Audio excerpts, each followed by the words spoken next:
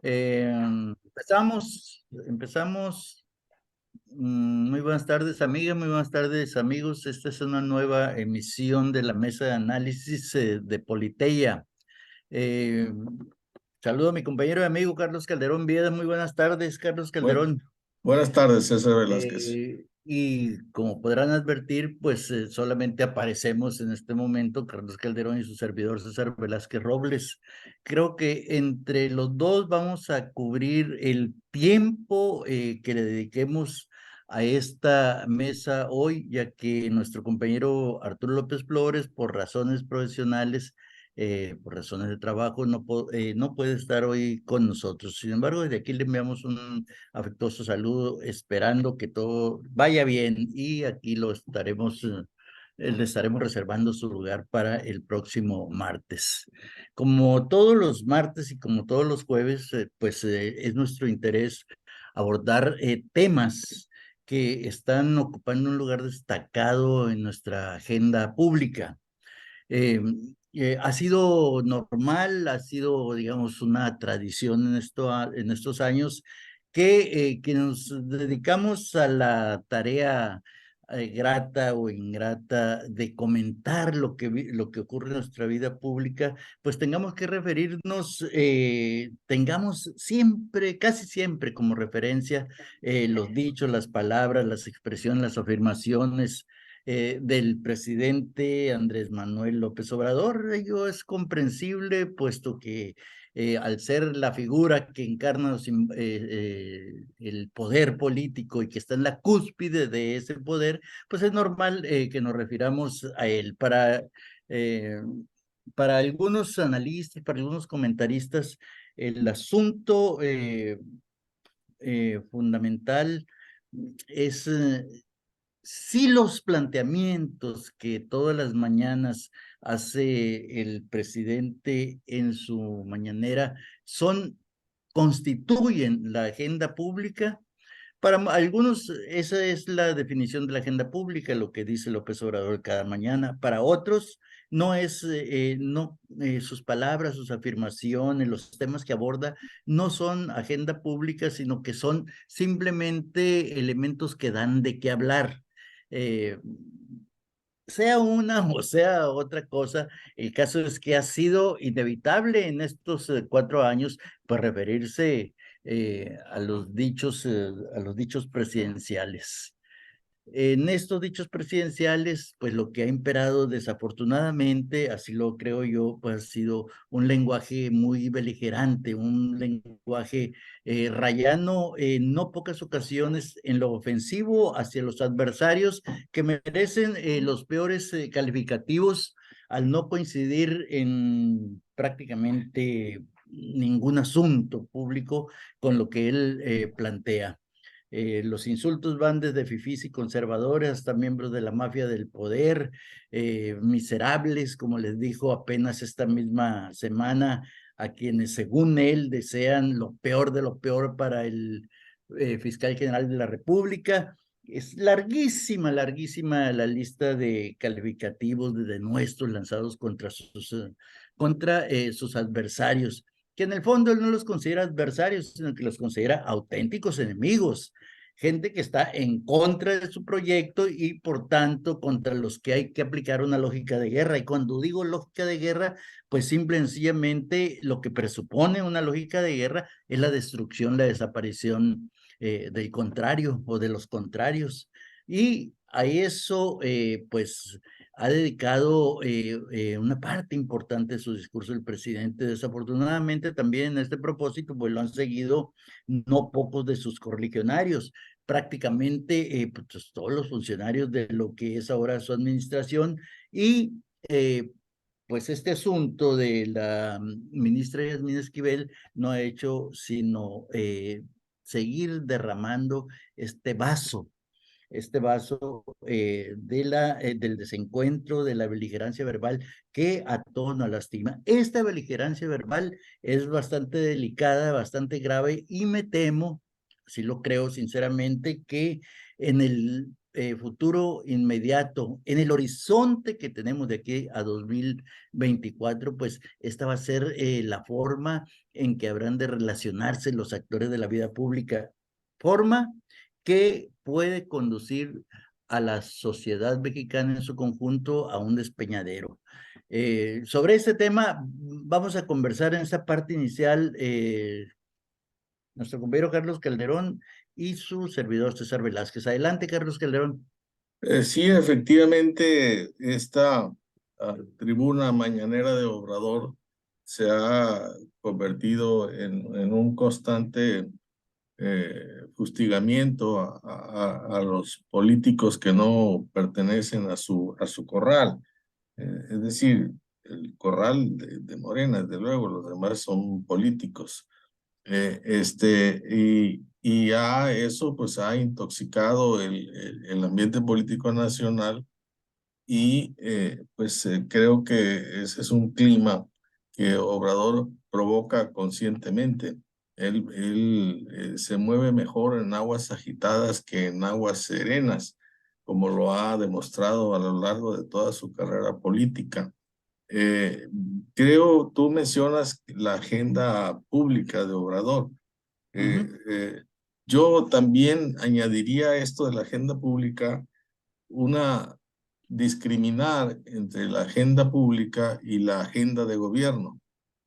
La agenda de gobierno es una agenda que efectivamente hay obra de gobierno y la agenda pública es justamente esta perorata, estas mañaneras repetitivas y de agresiones y de insultos y de descalificaciones y colmada de mentiras o medias verdades. Esa es la agenda pública y se la dirige al público, precisamente a la opinión pública y particularmente a sus huestes, ya sea que sean afiliadas o sean simpatizantes.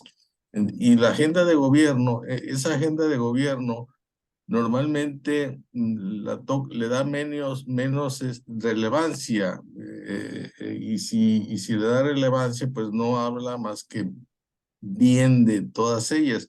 Básicamente se reduce esa agenda de gobierno a las obras, ¿no? Que él ha emprendido, que sus icónicas les han llamado, como el aeropuerto Felipe Ángeles, el AIFA, el Dos Bocas, el Tren Maya, y, y, este, y, y creo que hasta ahí sería un poco el tema. Pues resulta que esta agenda de gobierno no presenta tampoco resultados que le puedan lucir, ¿no? Al contrario, me parece que son obras que están muy cuestionadas por cuanto a la rentabilidad social que tienen, por cuanto a la utilidad práctica para lo que vayan a servir cuando estén operando, y en cuanto a los daños pues, que están causando de diversa naturaleza. Por ejemplo, en el AIFA acaba de ocurrírsele, como es mucho de las decisiones que toma, que son ocurrencias que no están pensadas racionalmente lo suficiente, que no están planificadas mucho menos, ¿no? Se le acaba de ocurrir que todo el transporte aéreo de carga que llega al Aeropuerto Internacional de la Ciudad de México se pase por decreto al Aeropuerto Felipe Ángeles. Las líneas aéreas que se dedican a esa parte del servicio de aeronavegabilidad, pues ya protestaron, porque no es llevarse los aviones al otro lugar y sus cartones y todo eso, sino que requiere un periodo de transición que por lo menos de un año, un par de años. Son decisiones de inversión importantes que de un día para otro a este señor se le antoja decretarlas de una manera unilateral, porque las mismas empresas que dueñas de ese tipo de transportación, de esos aviones, pues no fueron consultadas para nada, fue un acto de político, un acto arbitrario, y que pues es otro, un conflicto más que se viene a agregar a los conflictos irresueltos que hay en cuanto a ese aeropuerto.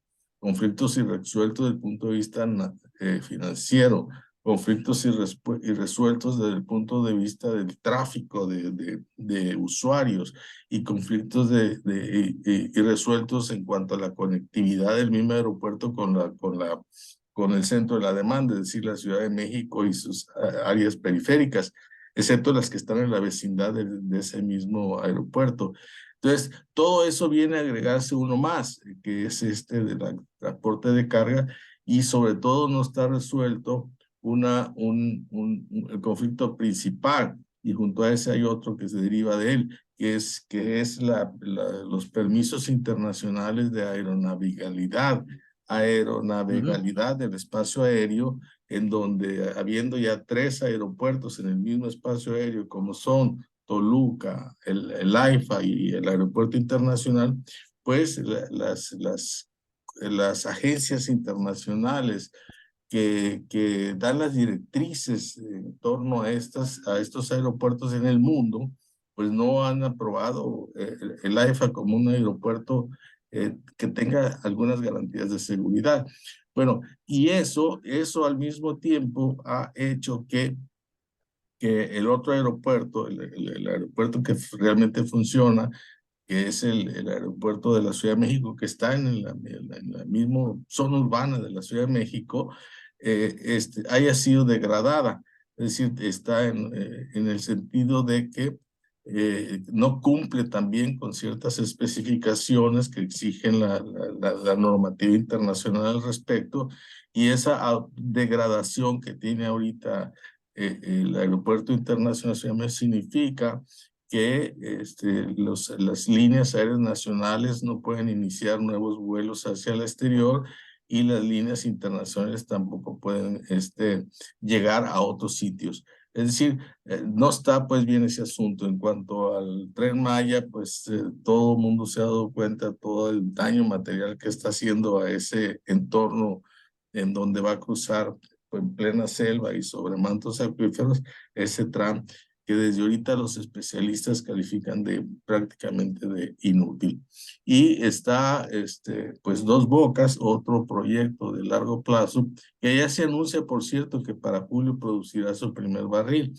Bueno, pues, por lo menos ya va a producir un barril de gasolina, de algún derivado del petróleo. Sin embargo, este uso, esta énfasis que Obrador ha puesto en los productos energéticos a raíz de recursos no renovables, pues es una energía que en el plano internacional, global, pues no está precisamente en una perspectiva de progreso, sino al contrario, en una perspectiva que sugiere que hay que irlo desplazando como una fuente de energía a futuro, a mediano plazo incluso, no tan a largo plazo. En fin, entonces esto te está indicando que la agenda de gobierno de Obrador no es una agenda de la que pueda presumir. Entonces, su mayor tiempo que dedica en esas mañaneras y intoxicar el clima político en México, porque realmente está muy agitado e intoxicado, pues lo dedica a lo que tú señalabas, ¿no? Al insulto, a las mentiras, a fustigar a sus enemigos, que deberían de ser considerados adversarios políticos, y a enrarecer este ambiente hacia el relevo presidencial en 2024, donde él espera llegar en estas circunstancias de agitación para que se lleven a cabo las elecciones, y en ese entorno lo que desde ahorita yo estoy ya no pronosticando, pero sí previendo de que pueda cometerse un fraude electoral mayúsculo realizado desde la misma presidencia de la República. Sí, creo que esta perspectiva, este horizonte que tú adviertes, pues lo advierten también muchos mexicanos, ¿no?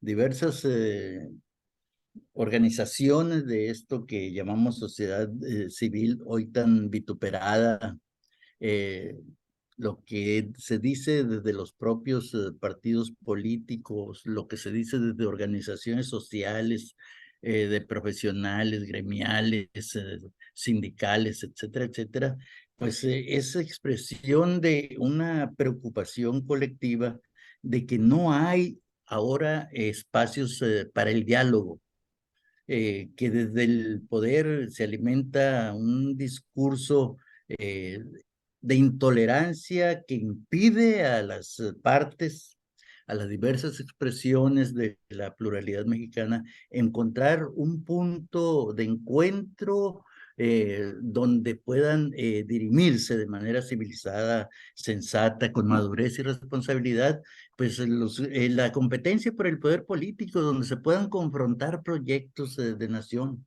Hoy en nuestro país, desgraciadamente, no hay espacio para confrontar y discutir proyectos. Lo que hay es lo que impera, lo que prima es la descalificación, el insulto.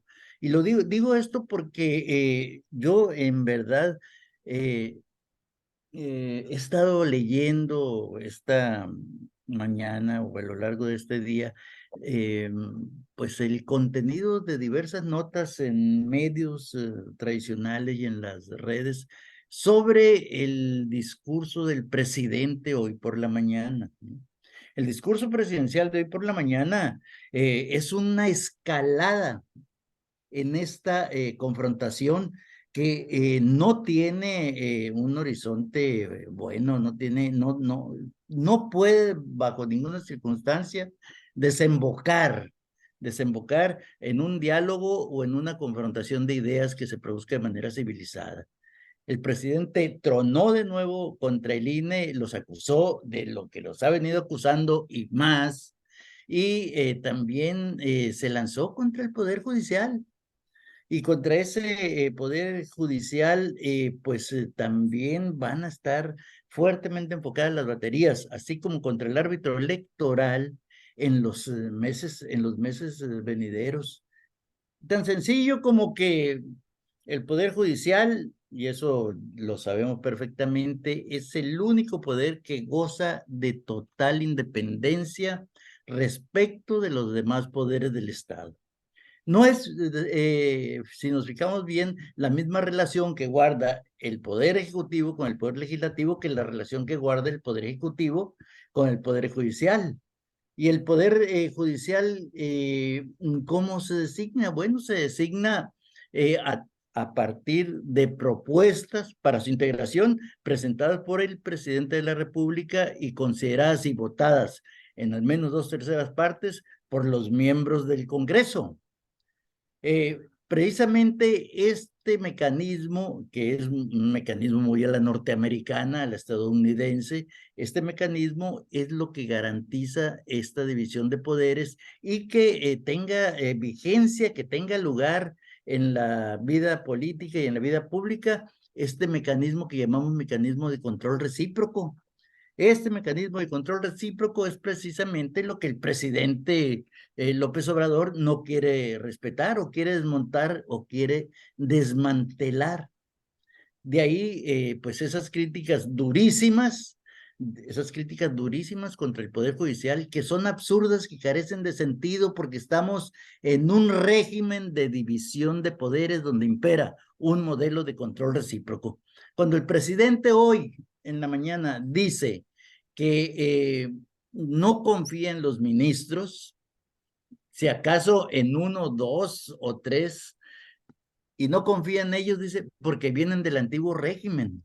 Esa es toda la explicación de su inquina, de sus prejuicios contra quienes integran el Poder Judicial. Y en esa perspectiva, pues él va a hacer todo lo posible porque esa desconfianza que siente hacia quienes integran la Corte, pues sea sustituida por una confianza que solamente se puede construir a partir de la posibilidad de que él los designe o de que él los imponga. Lo cual me parece que afortunadamente en la perspectiva del futuro inmediato en México no aparece ya más en el horizonte. Por cierto, a propósito de composición de la Corte, recordemos cómo está constituida la Corte en Estados Unidos. A Trump se le concedió la oportunidad de designar prácticamente a 2 o 3 miembros de la Suprema Corte, 2 o 3 miembros que le garantizaban una mayoría conservadora en este poder. Sin embargo, en más de una votación,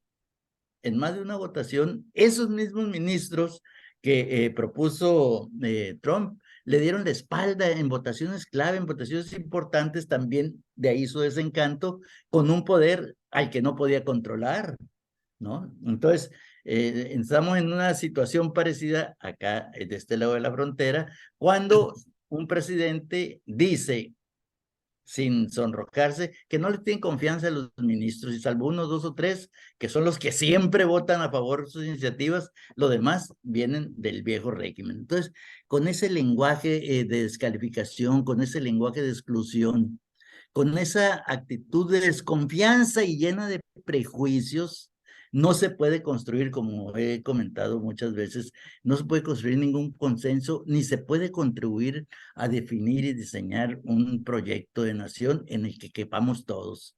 Esa es mi reflexión, Carlos Calderón. Sí, Adelante. sí, habría que recordar que Obrador en la oposición, él fue uno de los impulsores y la gente que lo sigue, precisamente de esto que tú llamas control autorrecíproco, ¿no? De equilibrarse en las composiciones de estos órganos colegiados, ¿no? Ujú, Pero ahora que está en el poder, esa composición no le gusta porque claro. quiere incondicionales en esos poderes. Es una absoluta y desvergonzada incongruencia que no le importa que se la digan, no le importa, tiene una desfachatez del tamaño del mundo y que, sin embargo, eso es lo que a mí me sugiere que él está preparado a cometer las peores fechorías que se puedan cometer en relación al 2024. Él tiene toda esa intención, no, nada, de hacer lo que sea necesario para continuar. Él no, desde luego, en la silla presidencial, pero sí alguien que él ponga. Entonces, sin embargo, pues, cuando dices tú, no hay sin embargo, cuando dices tú que 2 o 3 son los que les tendría cierta confianza, entre esos dos que seguramente sí les tienen una absoluta confianza, una de ellas es el caso de esta De Yasmín. ministra Yasmín Esquivel Moza, Sí. ¿no? Que es su amiga y sobre todo es esposa de un señor a que le tiene demasiada confianza porque hay una serie de flujos de dinero en cash del que él se ha beneficiado y el otro señor se ha beneficiado con contratos millonarios que se le dio cuando era jefe de gobierno y que se le están dando ahora cuando es presidente de la República. Y otra que le tiene absolutamente confianza es también esposa de un amigo de él que es Batis, ¿no? Bernardo Batti, sí. Bernardo Batis también es una incondicional de López Obrador porque Bernardo Batis es un incondicional de López Obrador. Y que se Ahora, ha mencionado como eventual relevo en la Fiscalía General de la República. sí, exactamente. Ahora, a la que dice 2 o 3, esa tercera es Margarita Ríos Farjat de Monterrey, que en algunas ocasiones no ha votado a favor de las iniciativas o de las posiciones que Obrador prefiere. Se ha votado de acuerdo a la norma constitucional, cosa que Obrador pues, recurre a su papotecma. A mí no me vengan con que la ley es la ley, ¿no? Entonces, Sí. esas tres mujeres, por cierto, de Ujú. esas 3 mujeres, 2 son sus incondicionales y Ríos Farjar no se puede decir por esas excepciones que ha votado no, en contra de sus iniciativas, no se puede decir que sea incondicional. Y el resto de ministros definitivamente no están a favor de él, aunque se tiene duda de que el ministro, expresidente, que no estoy seguro si sigue siendo ministro de la Corte, me parece que sí, Sí, sí sigue siendo, sí. sigue siendo, ¿verdad? Entonces, ese ministro de pues también es una ambigüedad no se sabe realmente para dónde vaya a votar, si por la Constitución o por López Obrador. Ha tenido ocasión para expresarse por las dos vías también. Pero para Obrador no quiere titubeos. Obrador quiere gente definida a lo que él diga, a lo que él diga. Entonces, por eso habla de esos 2 o 3. En cuanto a la Corte y en cuanto al INE, que es otro de sus objetivos fundamentales, y también está desde luego el Tribunal Electoral, ¿no? Federal, Así es. de la Federación. Los quiere, si no desmantelar, no pudo hacerlo con la reforma constitucional que no le fue Sí. aprobada. Sí los quiere reducir prácticamente a quitarle los dientes, por decirlo de esa manera. O sea, no les va a quitar atribuciones, pero les va a quitar una que es muy importante, que es la de sancionar, la de sancionar.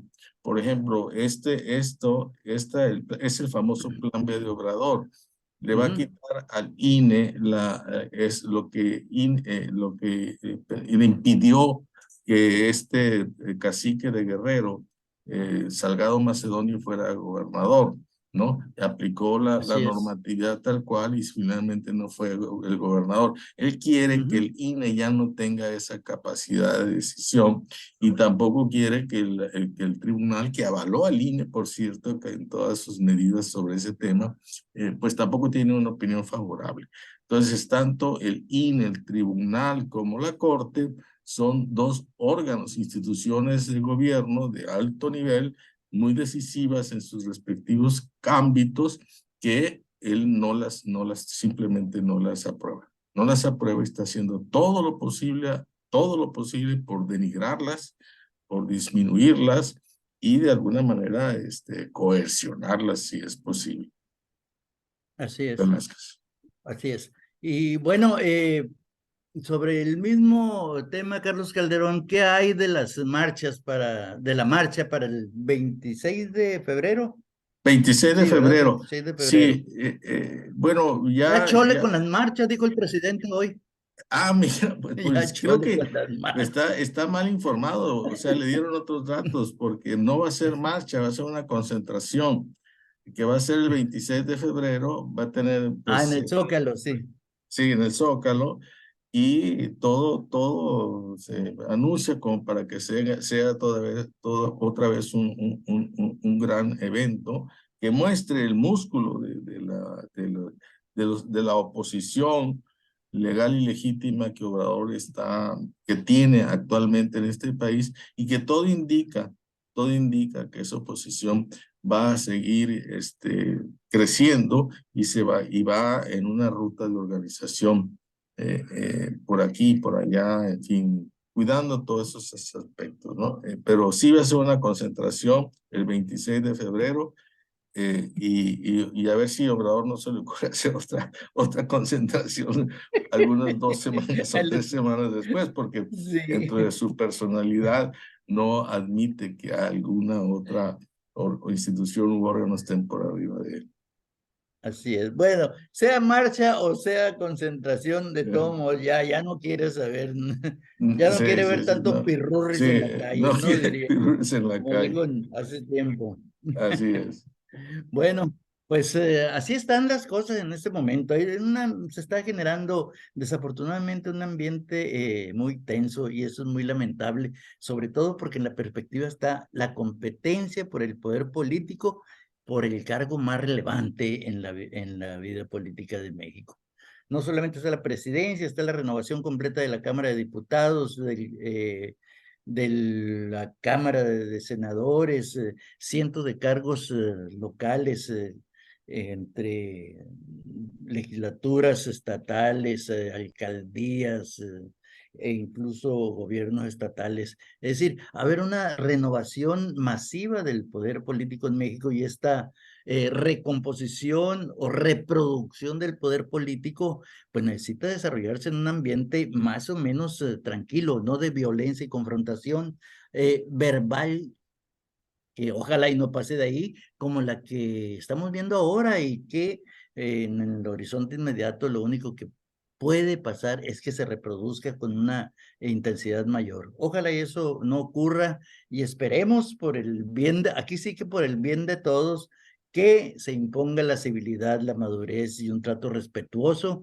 de nuestras divergencias, de nuestras discrepancias. Ese es, digamos, el propósito que debe animar cualquier conversación pública hoy día. Propósito que, por supuesto, pues no es compartido desde la alta cúpula del poder político en México, porque pues desafortunadamente el presidente lo único que ha demostrado es que se mueve muy bien en este ambiente, en estas aguas turbulentas, en esas aguas procelosas. Vamos a pasar rápidamente, Carlos Calderón, si te parece, a otro tema, un tema más local que se refiere a Sinaloa.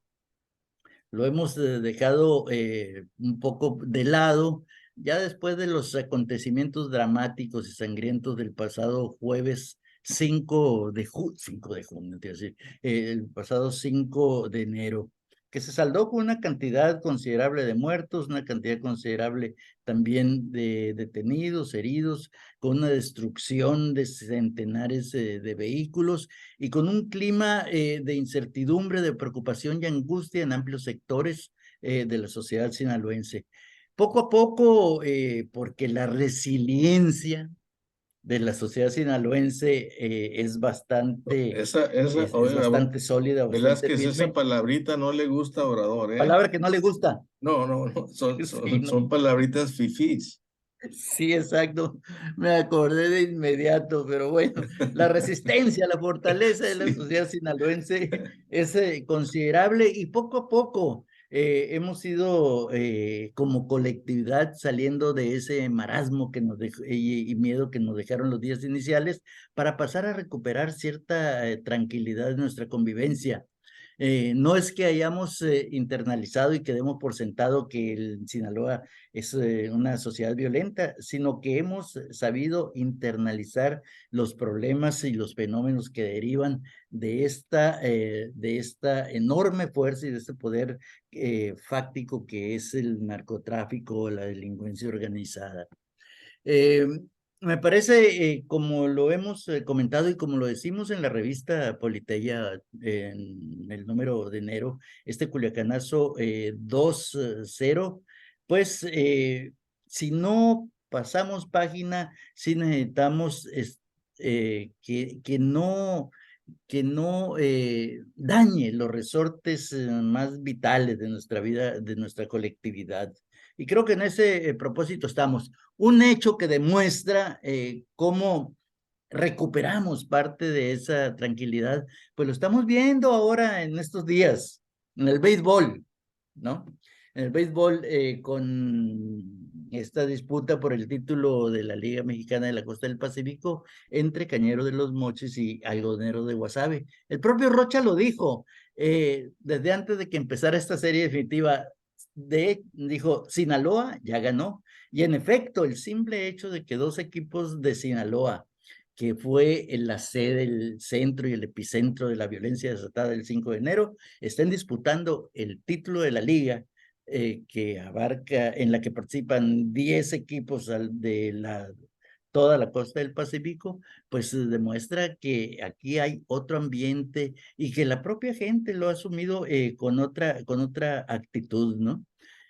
Los dos juegos iniciales en Mochis pues dieron cuenta de que hay otro ambiente, ¿no? De que no es el miedo el que se ha apoderado y atenaza a la sociedad, sino que es el sentido lúdico, el sentido del juego, lo que mueve en gran parte a nuestra vida colectiva en este mes de enero, ¿no?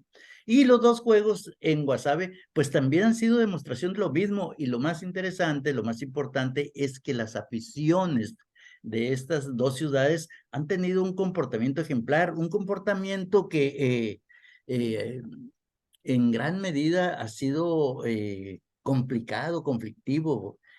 Hay mucho ánimo levantisco y violento en la gente, sobre todo porque va mucha gente cuya cultura política o cultura social no es muy desarrollada. Y hay que decirlo, porque yo así lo advierto. Yo A mí que me encanta andar recorriendo los estadios y viendo el comportamiento de la gente en los estadios, siempre queriendo hacer interpretación sociológica de lo que ocurre, ¿no? Aunque no de para mucho. Pero tú lo ves en los estadios, ese comportamiento muchas veces grosero, eh, contra el equipo contrario, o las expresiones que se vierten y se hacen públicas en las gradas, pues no te hablan más que de cierta insuficiencia en la internalización de lo que es ser un ciudadano con derechos y con eh, también, sí, con derechos de dedicar parte de su tiempo libre al ocio y el esparcimiento. E ir a un estadio forma parte de ese ocio, de ese esparcimiento y ese entretenimiento a que se tiene derecho en una sociedad moderna, ¿no? El propio gobernador, pues ha sido testigo de esto. Fue al Estadio Mochis y se puso la gorra de los cañeros, ¿no? Ahora fue al estadio de los algodoneros y se puso la gorra de los algodoneros. Sí, Y la presencia de las autoridades en estos juegos es bastante importante, ¿no? Porque sí, te da sí. cuenta también, da cuenta del estado de ánimo de la gente, ¿no? Y Rocha, contra lo que pueda decirse, sabe conectar con la gente, los aplausos, no hubo silbidos, los saludos aquí y allá a lo largo de su recorrido, porque se dedica a hacer recorrido, Rocha, como si anduviera todavía, En como si campaña. anduviera todavía en campaña. Pero tiene margen para hacerlo, porque el bono democrático que le dieron cientos de miles de votos en la elección para gobernador, pues es un capital político enorme que ahí lo tiene a su disposición. Ojalá, y ese capital político a su disposición, pues empiece ya a traducirse en acciones más reales y más efectivas que contribuyan al desarrollo de la entidad. Eh, Hay la percepción muy extendida de que todo su primer año fue un año perdido, porque hubo muchos choques, muchas confrontaciones, desencuentros con algunos sectores que son fundamentales también para garantizar la estabilidad y la gobernabilidad democrática, entre ellos los profesores, los conflictos con otros, con los organizadores de la lucha, aquí no, en el norte de la entidad, contra la instalación de la planta de fertilizantes, eh, también ciertos desencuentros en el ámbito universitario, el conflicto que se generó por la relación tensa y rocosa con Cuen, etcétera. Una serie de hechos Lo y de actos lo de que, los presidentes municipales, que también, sí, exacto, toda una serie de Culiacán, actos Mazatlán. y desencuentros, sí que exacto, que dieron por perdido el año. Entonces, ese año se puede recuperar perfectamente. ¿Qué es lo que hay que hacer? Yo creo que lo que hay que hacer es impulsar desde ya encuentros de concertación que propicien un consenso entre los actores políticos y sociales. Ciertamente va a ser difícil. ¿Por qué? Porque nos estamos adentrando en un año político.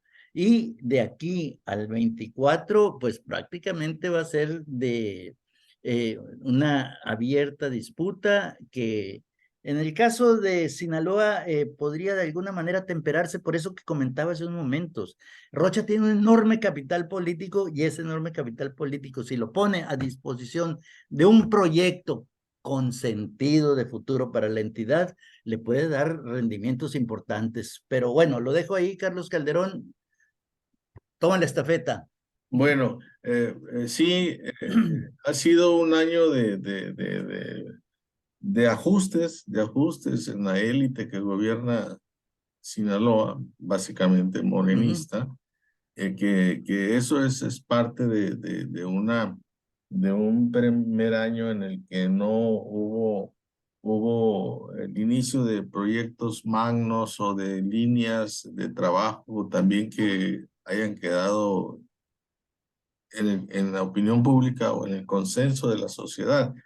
Creo que le restan 5 años, es un buen tiempo todavía para que se arremangue, ponga en mangas de camisa y empiece a trabajar ya en acciones concretas. Yo alguna vez lo mencioné, que recién llegando a la gubernatura dijo que iban a aplicar la 4T aquí en Sinaloa. La verdad es que esa lo dijo y tiene todo el derecho de decirle, además cree en eso. Pero sin embargo, a mí no me pareció una respuesta, digamos, alentadora. Al contrario, me preocupó.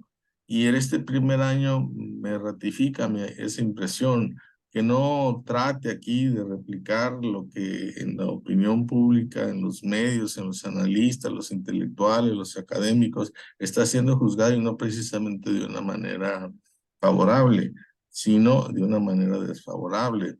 Si bien la figura de Obrador sale aprobada en las preferencias y en las simpatías y en todo eso, las obras de gobierno no salen en el mismo nivel, al contrario, salen reprobadas.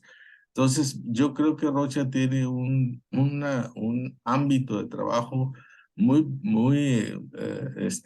favorable, sí, porque Sinaloa, tú la tocas Hidalgo, ¿no? O sea, así como la campiña sinaloense, caen las primeras gotas y el monte se pone verde. Aquí también los gobiernos tienen esa facilidad. Somos un estado con una cantidad de recursos y abundantes, variados e impresionantes, ¿no? En mares, litorales, sierras, valles, agua, etcétera. Gente que le gusta trabajar sin duda alguna. Entonces, yo creo que esa disponibilidad de recursos, esa tradición, ese gusto por el trabajo que tenemos la mayoría de los sinaloenses, Rocha debe aprovechar estos 5 años y que no politice el asunto. Él ya llegó a gobernador y dedícase a ser gobernador, y un gobernador que se dedica a gobernar es un gobernador que se dedica a su propia realidad, no a un discurso político. Eso es lo que diría. Y en cuanto a Sinaloa, me gustaría comentar un tema, Velázquez, no sé si haya tiempo, que tiene que ver con esta discusión que se está dando a nivel nacional y que está incluso en el marco del comercio del TEMEC, que es lo del maíz transgénico, que básicamente se trataría se importaría desde los Estados Unidos o ya se está importando. Pues aquí en México, el maíz transgénico no goza de gran popularidad, al contrario, se considera un producto que puede causar cáncer, que en caso que está controlado por las corporaciones de semillas y de fertilizantes, que únicamente les da ganancias y utilidades a los corporativos globales y que además tiene la potencialidad de destruir las especies locales, o sea, las semillas autóctonas, ¿no? Entonces, no tiene muy buen crédito, no tiene muy buena aceptación. Sin embargo, resulta que México, ya no tiene la soberanía alimentaria en cuanto a maíz. Y yo creo que es 40% lo que importa de maíz, básicamente de los Estados Unidos, y parte de ese maíz es precisamente maíz, famoso maíz amarillo que le llaman, ¿no? No es maíz blanco, que es el que los mexicanos nos hemos acostumbrado a comer en la tortilla propiamente, ¿no? Entonces, ese maíz amarillo transgénico, pues se da para la producción de cárnicos y cosas de esas, y al mismo tiempo esa producción de cárnicos es como, digamos, como el modelo Vizcarra, ¿no? Que una vez le preguntaron que si era ganadero, no, dijo yo soy industrial, y efectivamente, ¿por qué? Porque esa producción a gran escala de productos cárnicos permite salir al extranjero con la materia prima que da el ganado, pero ya en una fase de semi-industrialización o industrialización, o sea que tiene una cadena de valor bastante interesante en términos de posición internacional de ese producto. Entonces, yo creo que también habría que considerar ese tipo de ventanas de oportunidad y no solamente ver esta parte sombría o de qué daño, dañina de ese posible alimento. No, si fuéramos autosuficientes en la producción de maíz blanco, pues francamente no tendríamos por qué preocuparnos de los maíces transgénicos, pero simplemente, simple y sencillamente no lo somos porque la productividad de los maíces blancos no se compara con la productividad que tienen los farmers norteamericanos. La productividad del maíz blanco en Sinaloa no es baja, lo sabemos, nuestro amigo común Alonso Campos Encinas nos ha comentado en múltiples ocasiones, pero aún así siendo de las más altas en el país, que junto con Tamaulipas me parece, no, todavía no le llega a la productividad de los productores norteamericanos. Y eso en términos de comercio internacional, porque está dentro de las reglas del acuerdo comercial con tripartita que tenemos con Canadá y Estados Unidos, eso pone en desventaja a México en cuanto a exportador y a importador de ese tipo de granos. Entonces, creo que es un aspecto que había que verlo tanto en sus aspectos malos, que seguramente los puede tener, como verlo también en sus aspectos no buenos, pero sí necesarios, ¿no? Sí necesarios y eh, eh, eh, eh, estos productores o quienes favorecen esa producción de maíz transgénico ya ponen sobre la mesa los resultados de investigación, o sea, de estudios científicos, en donde demuestran que no son, en el punto de vista de la salud, es un producto neutro, ¿no? Pero hay otras opiniones que dicen que no, o sea, los ambientalistas, los naturistas, etcétera, si te dicen que no, que es un producto que puede dañar la salud y, en fin, que no importa que se vayan a los animales, al ganado, porque finalmente nosotros al comer los productos de ese ganado, pues también vamos a, es una cadena, el daño también tiene su cadena no de valor, sino de maldad, ¿no? ¿Verdad? Así es. Entonces, hay que, es un tema que da para muchas discusiones, da para muchos puntos de vista, y da también para encontrar una solución que sea la más favorable para México y Sí. sobre todo para la alimentación de los mexicanos. Sí, sí, mira, haría algunos matices ahí con relación a lo que tú explicabas. Sí. En el caso de México, el país es autosuficiente en maíz blanco.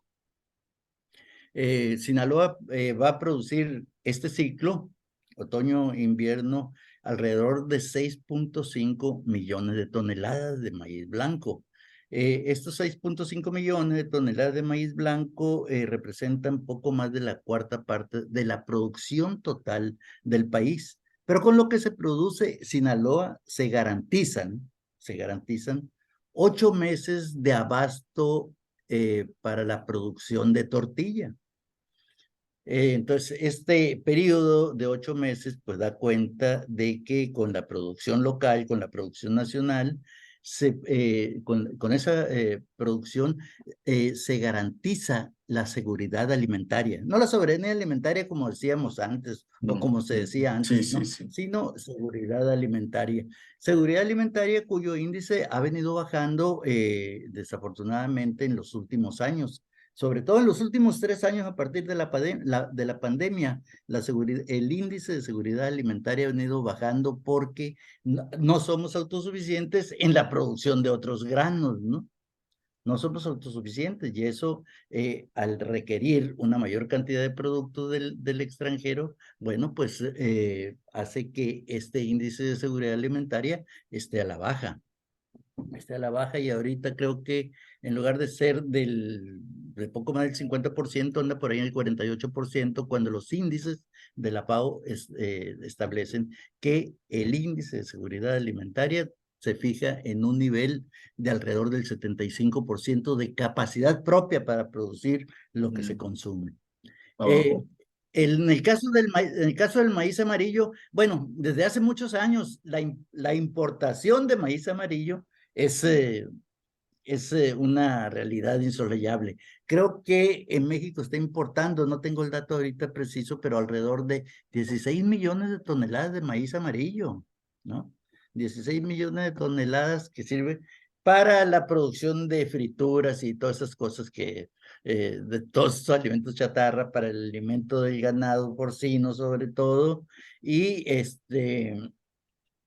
y ahí sí, México no es productor de maíz amarillo. Sinaloa no es productor de maíz amarillo. Hace años, yo lo recuerdo, en uno de los planes de desarrollo, creo que en el de Aguilar, se proponía pasar de 10,000 a 50,000 el total de hectáreas dedicadas al cultivo de maíz amarillo.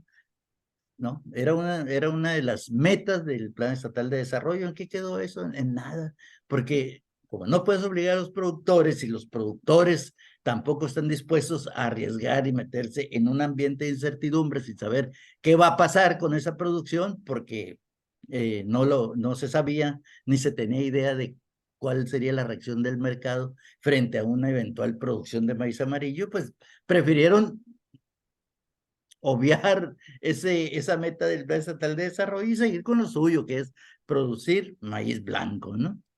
Entonces, esta importación de maíz amarillo es una realidad que no va a frenar ninguna protesta ni ninguna movilización, nada, ¿no? Esa va a seguir siendo una realidad. Y lo que hay que garantizar es que esta producción de maíz blanco sea para garantizar la seguridad alimentaria del país. Esta decisión atropellada de imponer un arancel del 50% a la exportación de maíz blanco es totalmente absurda, porque si hay maíz suficiente, porque hay maíz suficiente, eh, no tiene sentido, no tiene ni la más elemental de las racionalidades. Que se importa maíz blanco, que México importa maíz blanco, sí es cierto, importa alrededor de 500,000 de toneladas, pero 500,000 de toneladas que sale más barato importarlo que llevarlo de los centros de producción a los centros de consumo, y estos centros de consumo a donde se dirige el maíz que se importa están ubicados en el sureste del país, allá en la otra república, como dicen algunos, ¿no? Entonces, desde el punto de vista económico, irracional tratar de llevarlo desde los centros de producción a esos centros de consumo. Es más fácil, por la cercanía, importarlo y llevarlo a esos centros de consumo. Pero bueno, sobre Sí, este tema que hay mucho que comentar, mucho que decir, vamos a invitar en los próximos días a uno de nuestros especialistas, que puede ser el mismo Alonso Campos, ¿no? sí, Y fíjate, otros compañeros que tienen una visión sí, un poco también sí, distinta. me parece eso Hacer un interesante. debate plural interesante, ¿no? Pero no Sí, solamente sobre este tema, sino también conversar sobre el modelo de desarrollo de Sinaloa. Yo creo que eso es un asunto bastante relevante. Tú lo decías ahorita, bueno, todo este periodo de prácticamente 5 años que le queda a Rocha, pueden hacerse muchísimas cosas en economía, ¿no? En mejorar diversificar la estructura productiva, innovar, eh, pasar de la cadena de valor insignificante que representa la producción de bienes primarios a una cadena de valor realmente potente, con pasos firmes en la industrialización, un modelo de desarrollo distinto. Desde hace años ya todo el mundo lo dice, recio y quedito, el modelo de agricultura que se ha seguido en Sinaloa ha dejado de ser rentable. Es cierto, ha dejado de ser rentable, pero se sigue el mismo modelo. ¿Por qué? Porque no hay una expectativa para los productores, o no hay mecanismos, escenarios y condiciones para innovar y diversificar nuestra producción. Es un tema muy viejo que ha estado planteado desde al menos hace 55 años, cuando aquí se realizó el famoso Congreso Industrial de Sinaloa en 1967. Y ese congreso precisamente ponía el acento en la necesidad de pasar de la producción primaria a una producción industrial. Y en el caso de Sinaloa, pues a una producción agroindustrial, tan sencillo como eso. sea, Pero no se ha hecho. por vocación. Por vocación, exacto, pero no se ha hecho, y puede empezar a hacerse, sobre todo si se echa a andar también esta planta de fertilizantes acá en el norte del estado, que no es la única apuesta, ni debe ser tampoco la única apuesta, pero que permitiría, propiciaría el surgimiento, desarrollo y consolidación de un polo de desarrollo que está haciendo falta. El Estado no puede ser solamente turismo, ni puede ser solamente una economía Productor. productiva de bienes primarios, sino que tiene que pasar a una etapa distinta. Y esa etapa distinta puede hacerse, puede empezar ahora a hacerse. Nadie lo ha hecho. Todo el mundo, por la comodidad de, vamos a seguir produciendo maíz, vamos a seguir produciendo tomates, etcétera, etcétera, se ha descuidado la otra etapa, esa etapa que es la etapa en la que realmente se agrega valor a la producción. Pero mira, todos esos temas son bastante interesantes. Sí, vamos a hacer un programa de media hora, Carlos Calderón, y mira, ya estamos a punto de cumplir la La hora hora. y vamos a dejarlo aquí por hoy. Vamos a dejarlo aquí Antes y me vamos a gustaría, continuar esta conversación el próximo bueno, martes. aunque Sí, no es en vivo, sí, pero sí, a ver si ya está el público esto de que hoy a las 8 de la noche en el Centro Centenario, en el Salón Centenario de aquí, en el área de Focur, se va a sí. presentar el libro Guillermo Ruiz Gómez, del autor Carlos Ruiz Acosta, ¿no? Que Ajá, fue directivo de Difocur en un tiempo, y quienes lo sí. van a presentar serán el abogado constitucionalista, doctor Diego Valadez, ¿no? Y Ajá. también estará el licenciado abogado Mario Niebla Álvarez. Hoy a las 8 de la noche en el Centro Centenario, Bicentenario, Centro realmente, ¿no? Centenario Sinaloa de las Artes. De Sinaloa de Ujú, las Artes, ahí va a ser, hoy así a es. las 8. Ujú. Bueno, pues muy bien, a ver si ahí nos vemos.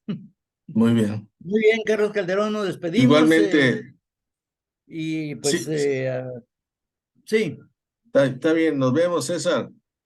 Es que se nos empezó a vemos. relampaguear Hasta ahí, hasta luego. luego. El próximo martes aquí estaremos de Sale, nuevo con usted. ok. Hasta luego.